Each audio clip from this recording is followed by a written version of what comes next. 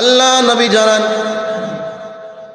ইন্নাল্লাহা তাইয়্যিব, নিশ্চয় আল্লাহ পাক পবিত্র, লা ইউকবালু ইল্লা তাইয়্যিবা, তিনি পবিত্র জিনিস ছাড়া গ্রহণ করেন না।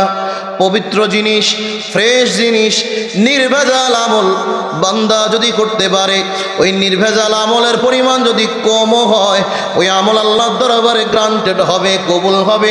আল্লাহ নবী জানান আখলিস দীনাকা ইয়াখফিকাল আমালুল কলিল, অল্প আমল, নির্ভেজাল আমল আল্লাহর দরবারে বান্দার নাজাতের জন্য যথেষ্ট হবে। পাহাড় আমল আছে, অনেক আমল আপনার আছে, অনেক দান আছে, অনেক জিকির আছে, অনেক ইবাদত বন্দেগী আছে, অনেক সাজদা আছে। এই আমলগুলো যদি নির্ভেজাল না হয়, ওই আমলগুলো যদি ফ্রেশ না হয়, ওই আমলগুলো যদি হালাল টাকার পোশাক, হালাল টাকার খাদ্য খেয়ে, হালাল জায়গায়, পবিত্র জায়গায় যদি সাজদা না হয়, যত আমলই করি না কেন আল্লাহর দরবারে কোনো মূল্য আছে? কোনো মূল্য আছে? এই জন্য আল্লাহ নবী জানান, রব্বুল আলামিন তিনি নিজে যেমন পবিত্র, তিনি পবিত্র জিনিস ছাড়া কোনো কিছু কবুল করেন না। আল্লাহ নবী তারপরে জানিয়ে দিলেন, ধুলোয় ধূসরিত চেহারা, মরুভূমির এলাকা থেকে একজন ব্যক্তি কাবার চত্বরে চলে আসলেন। আসার পরে কাবার চত্বরে দুটো হাত তুলে বলতে লাগলেন, ইয়া রব্বি, ইয়া রব্বি। আল্লাহর দরবারে এমনভাবে কান্নাকাটি শুরু করে দিলেন, কান্না দেখে সাহাবীদের মনে দয়া হয়ে গেল।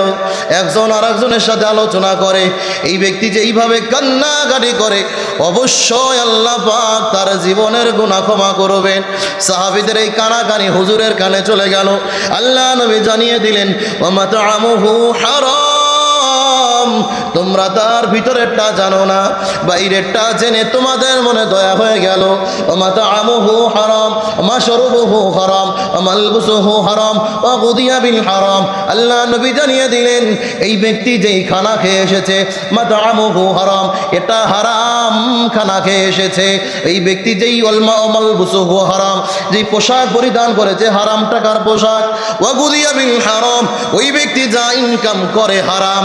আল্লাহ নবী আবার সাহাবীদেরকে উদ্দেশ্য করে বললেন, ফাআন্না ইউস্তাজাবু লিযালিক, ও সাহাবীরা আমাকে জানান, হারাম টাকার পোশাক, হারাম খানা, হারাম পানি পান করে হারাম ইনকাম করা ব্যক্তির দোয়া আল্লাহ কবুল করবে? কাবার চত্বরে গেলে আমরা জানি দোয়া কবুল হয়। কাবা চত্বরে গেলে ওই ব্যক্তির দোয়া কবুল হয় যিনি হালাল টাকা দিয়ে গেছে। চুরি করা টাকা দান করলে সওয়াব আছে, চুরি করা টাকা দিয়ে হজে গেলে সওয়াব আছে, চুরি করা টাকার কাপড় কিনে, পোশাক পরে যায়, নামাজ পাগড়ি কিনে, তসবিহ হাতে নিয়ে আল্লাহর ঘরে কেন, নবীর মুসলিম শরীফের এই হাদিস সাক্ষ্য দেয়, কাবার চত্বরে গিয়েও যদি দোয়া করে, ইবাদত করে, ফায়দা নাই। ঠিক কিনা বলে?